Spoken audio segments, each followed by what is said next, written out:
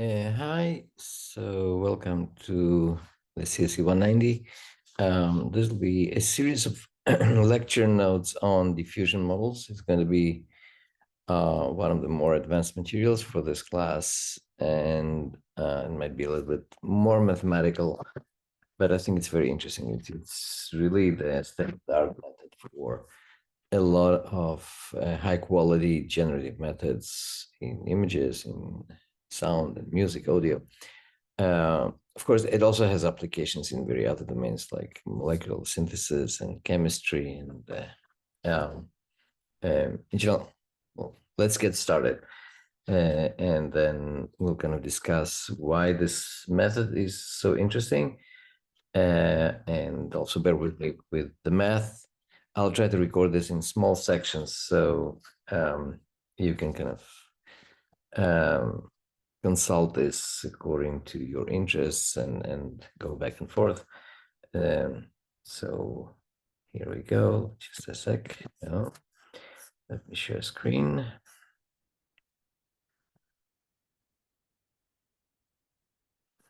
One moment. Okay. Here we go. Okay, so as I said, it's CSE 190, Machine Learning for Music and Audio. And our topic for today, class 13, is diffusion models. And basically, we'll cover the following topics. We'll introduce the score function concept and briefly talk about stochastic differential equations. I'll also will make a small detour and have a separate short video about the math of SDE, because it's a somewhat particular method, and not many classes cover that as an extension to differential equations under conditions of noise or Wiener process or some kind of a random basically diffusion that happens on top of a normal trajectory. Then we'll talk about connection between generative models and the score function view. We'll go back a little bit to talk about probability flow in the context of so-called implicit models. So the denoising diffusion, the DDPM, is I would say would be the first method that actually made this view of score function estimation practical and led to a lot of great results. So then it was sped up by using this implicit model. So I stands for implicit, DDIM, and then newer consistency models. They're all ways of kind of speeding up the process. I'll talk about diffusion guidance control, and eventually about how we control this using joint embedding between language and audio, language and music. Same things exist, at least the pre-training exists also in images, clip. So yeah, let's get started with the first one, which is this idea of score function. And just maybe one more word before doing that, we could start from DDPM and generative models. That might be a more natural continuation of things that we have been showing in class.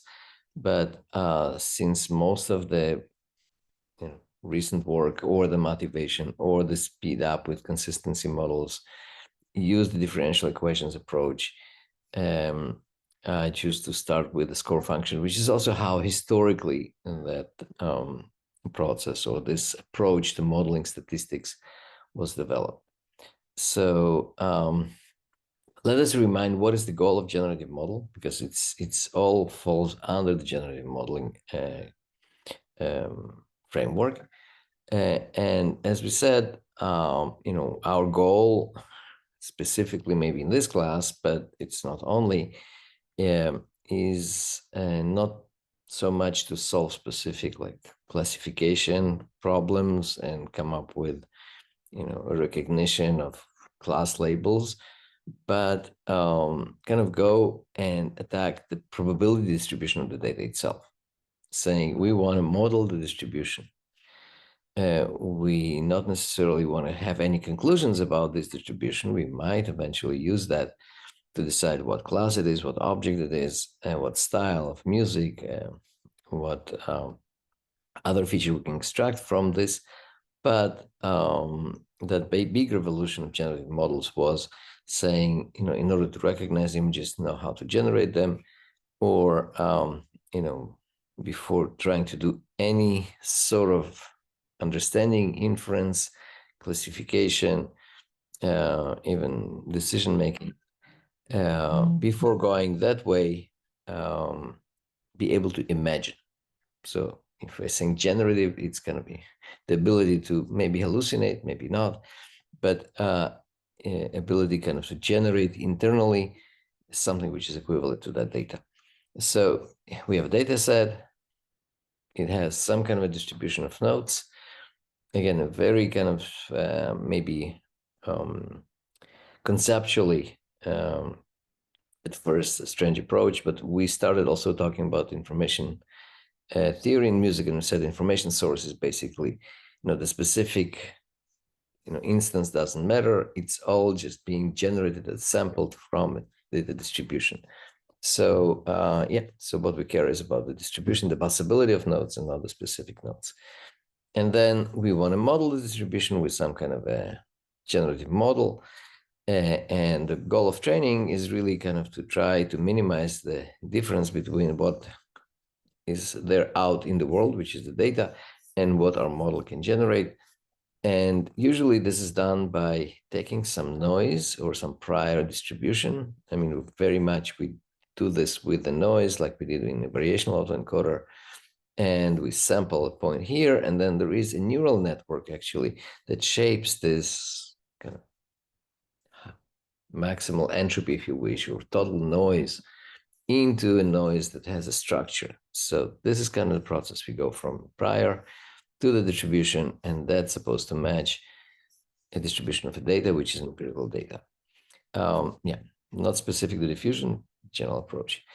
Now, we talk about trying to model probabilities. So given probability data, we want to learn the probability. In score function, we switch this to learning not the P of data, but the gradient of the log of P data. And ask me why, well, we'll show in a second.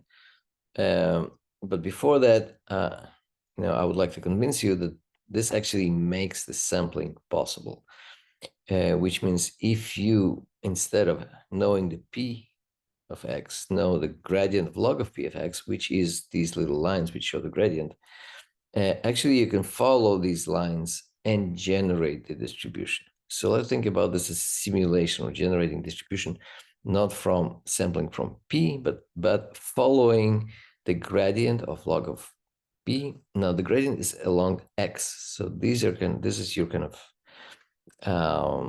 domain of samples. I mean, that's where your data resides. These are X. So every point here theoretically could be an image, a sound, okay? And then you have all possible sounds.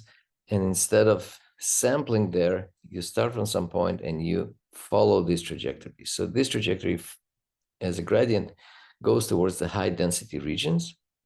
So how do we use it to sample? Well, basically, if we do have a score function instead of the probability, we can follow the score. No matter where we start, we'll kind of like try to move towards the high density regions. Does it really represent sampling? Well, not necessarily, because after enough steps, we'll just end up at the peaks. So we need to add some noise, okay? And then that noise actually gives us this kind of a trade-off. And the interesting fact is that this is really a process that you can simulate. You can actually create a distribution using this process where you follow the score function from some random sample, okay?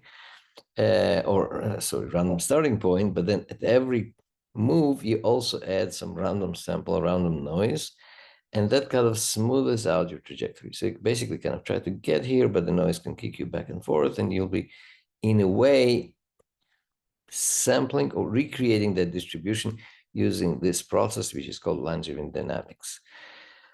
Now, going a little further, not only adding noise, but also how much noise you add, and doing this gradually that is the basis for the diffusion models. So we actually create a sequence of these sampling processes because we need to add noise, so we're not stuck, in the extrema. So we actually go and sample this in some kind of a fair way.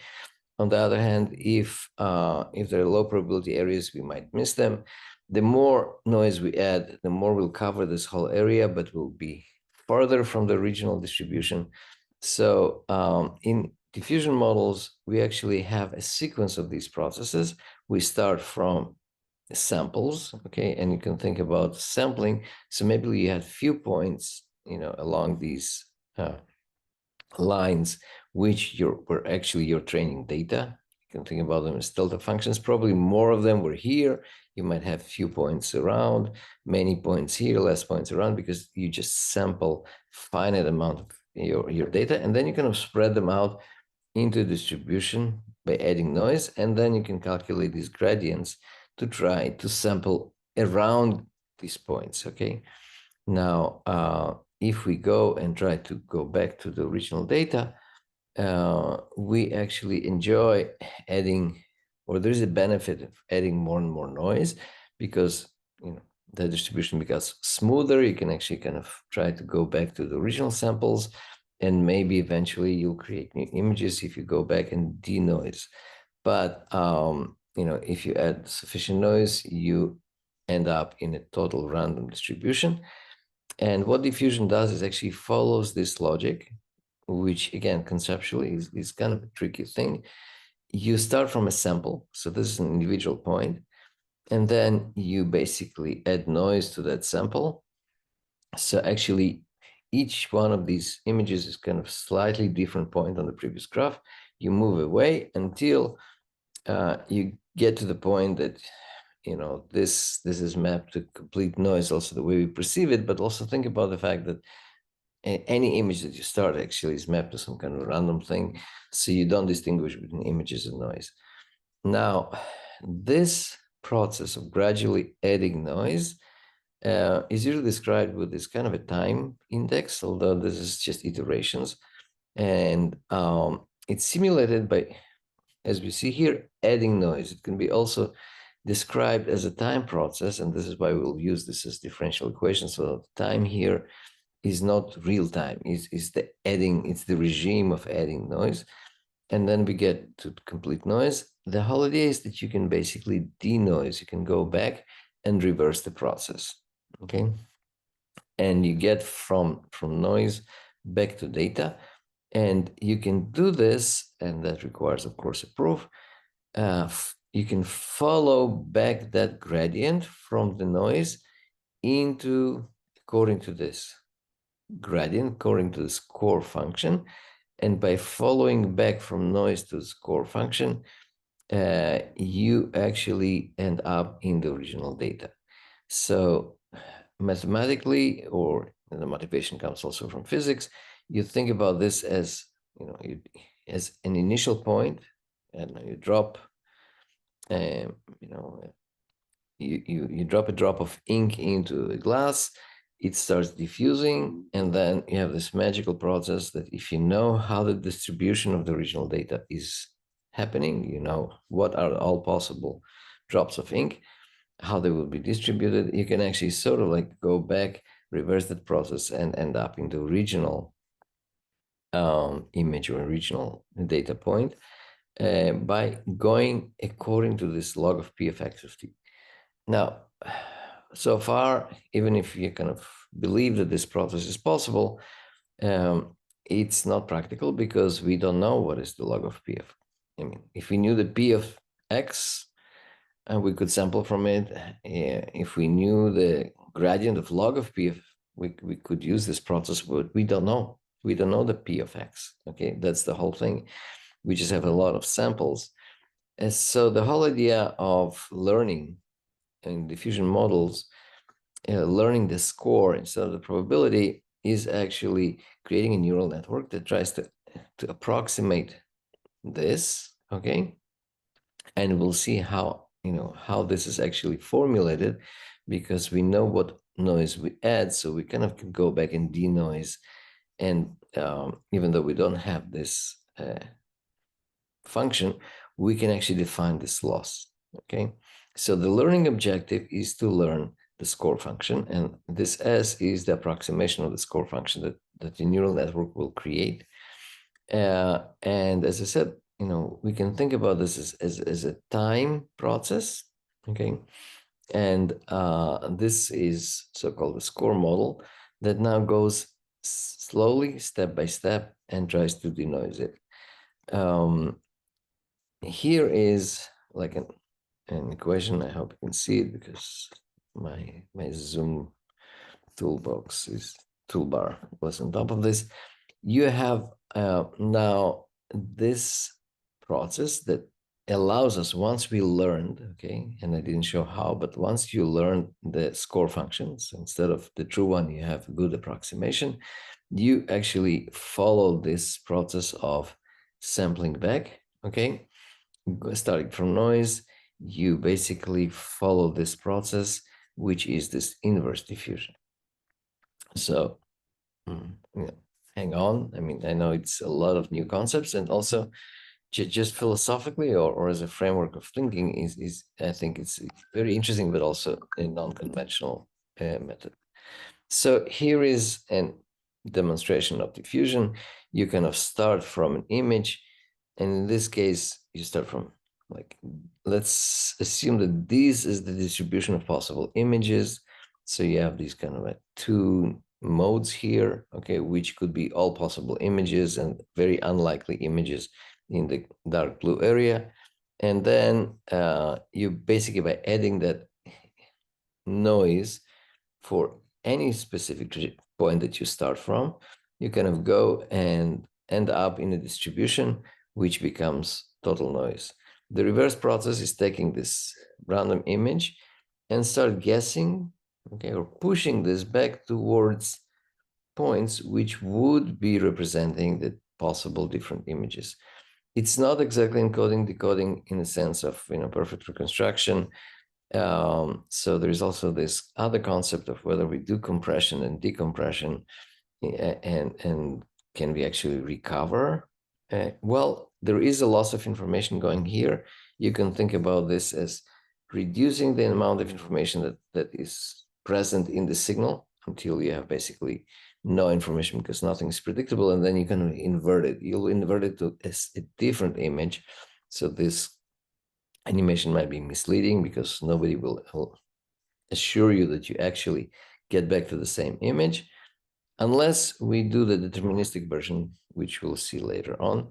But I think conceptually, this is kind of the idea. Go from data to noise, and then take noise and end up in data which should be close to the original data points.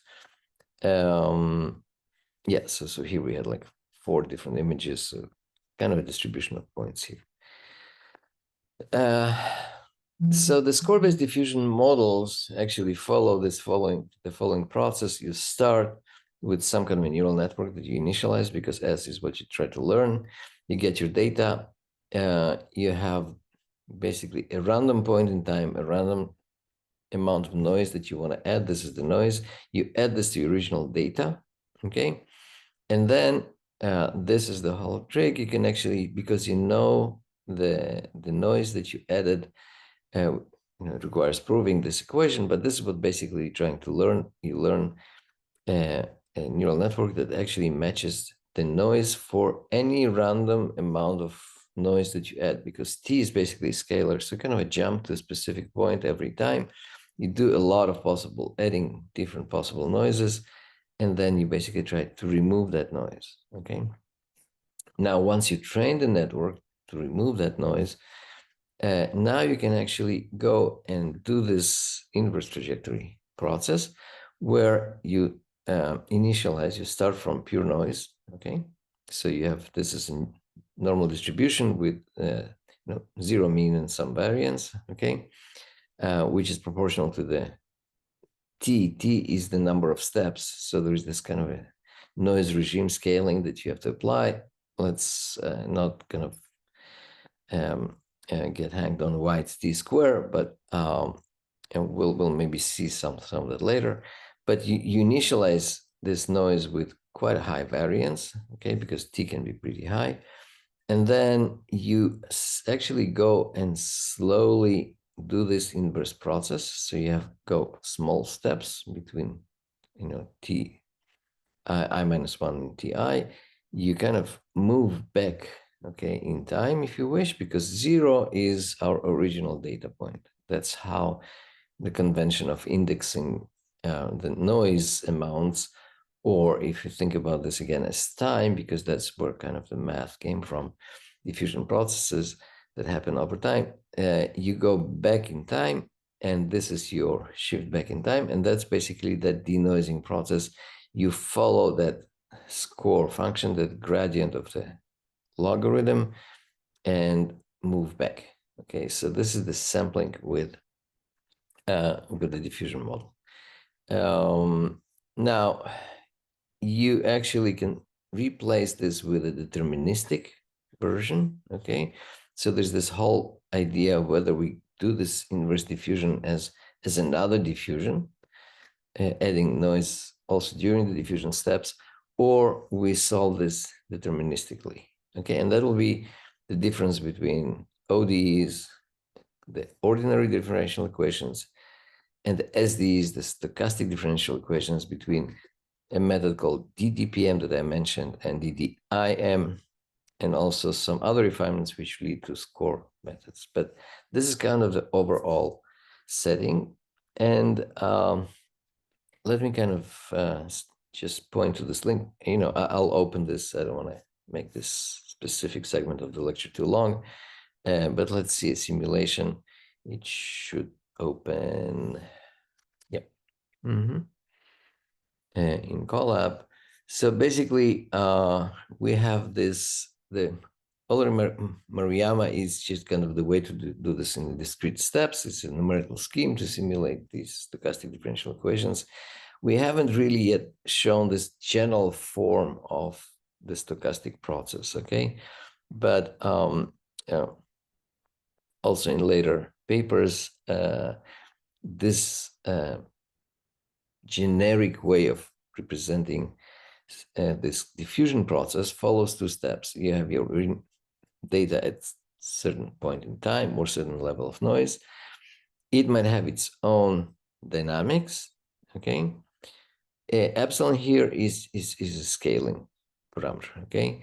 So it gives you the regime. So you have some dynamics that x t plus delta, okay? This is small t, okay? T plus some epsilon in time is your previous data point.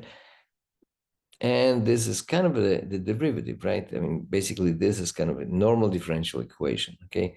Xt plus something minus xt divided by t will be your derivative. So you might have just a normal, regular dynamics of any process, okay? And in the case of the diffusion, we don't really have a dynamics. I mean, there is a way we scale down, we kind of fade out also the image that becomes dynamics of that process.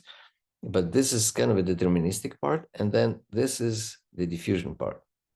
And this is the noise that is being added, Wiener process, where actually we add, this should be N, this should be normal Gaussian noise that we sample.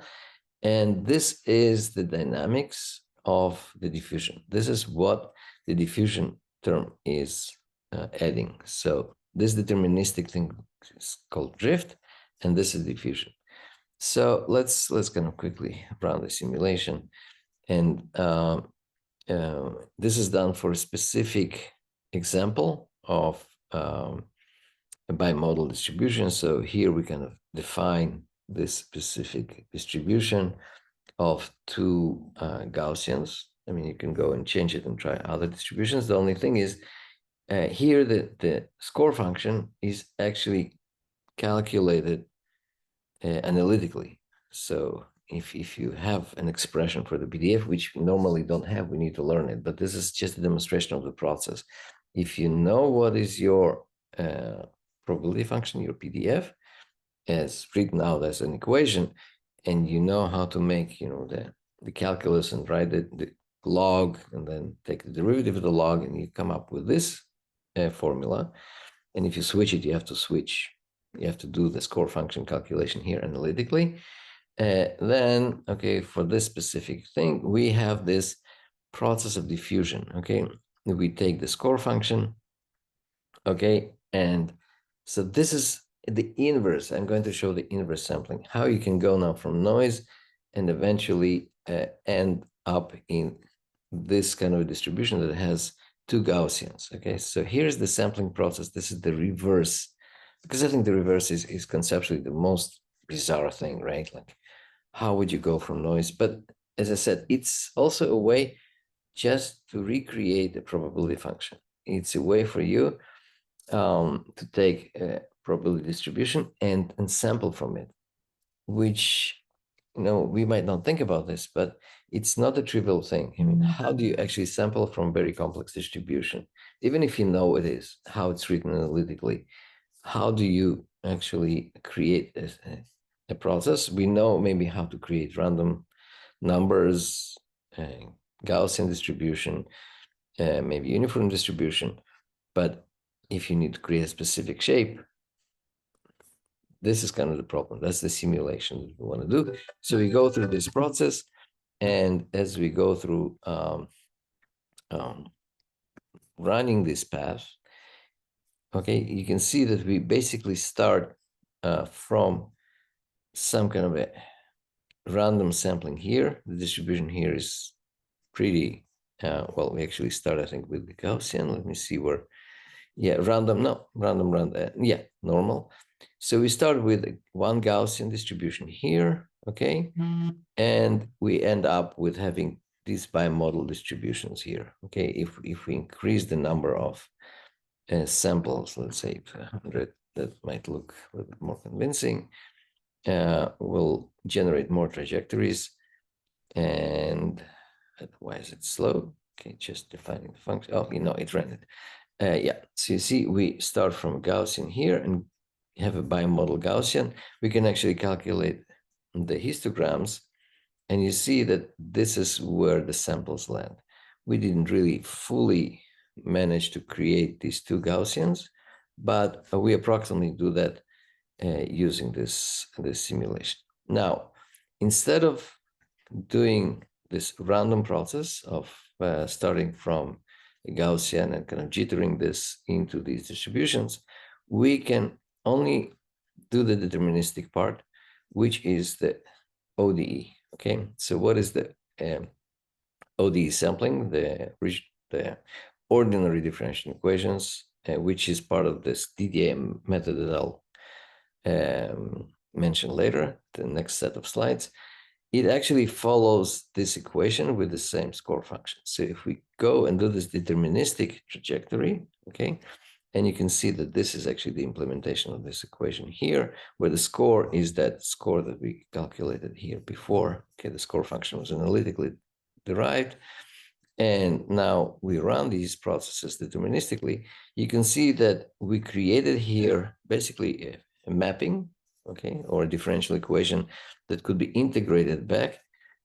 And what it does, it takes something that looks like a Gaussian, a single Gaussian, and deterministically, basically by following this trajectory, creates these points. Depending where you start, you will basically landing, well, most of them will land closer to the peaks, but depending on where you start, you'll be very, some samples will kind of, you have a low probability sampling for the starting point, and it will actually lead to low probability area in that final distribution. So this is kind of just a simulation to convince you that what we have here is a process of going from noise back to some kind of a structured distribution, and that will be, our structure will be the images or the sounds that we want to generate, and this is kind of the motivation for score-based processes. So I'll stop now, and I'll switch in a second to, well, I'll continue with this next set of slides. Okay, yeah, that'll be, yeah, that was the first set of slides about score-based diffusion methods and simulating probability distribution with these score functions and stochastic and ordinary differential equations.